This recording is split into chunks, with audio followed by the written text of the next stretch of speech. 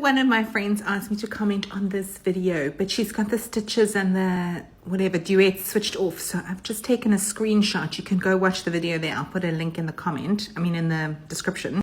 But be warned, it has some profanity. And this is the cake that's in dispute here. So they paid 600 Rand for it. And the customer is not happy. So this is the inspiration cake that they wanted. This is what they ordered.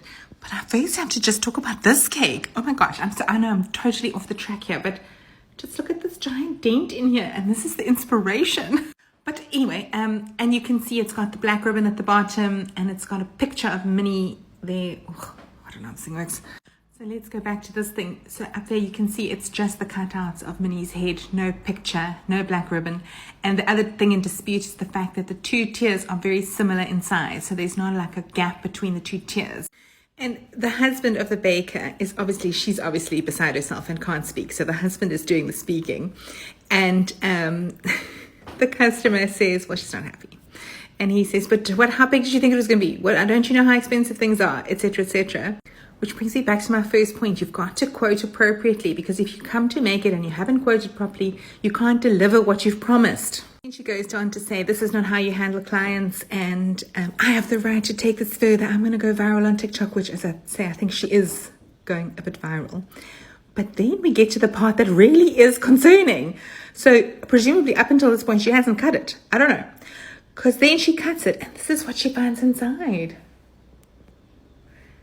So when you make a TED cake, you have to put in some kind of support. But I think she used a toilet roll to support it, OMG. And then this is a picture from the underneath of the top tier. And she's, instead of getting a proper board, she's used a piece of cardboard. Looks like a beer box or something. I don't know what it is. Anyway, I don't need to tell you that those two things are quite unhygienic. There are specific things that you can purchase for this and must be included in your quote. There is also some debate about the cake being kind of sticky in one of her subsequent videos. So I cannot stress enough that you have to quote properly, because otherwise you're going to end up like this baker trying to cut corners everywhere, left, right, and center to make it so that you can make some profit. And then you're just going to end up with complaints. And obviously exercise some, discretion. I feel like every baker has had a similar conversation to this, and you've got to sit down and think carefully. Are you supplying what you promised? And if you are, obviously that's different. But if you aren't, that's when you have to get your husband to be the client liaison. Anyway, what do you think?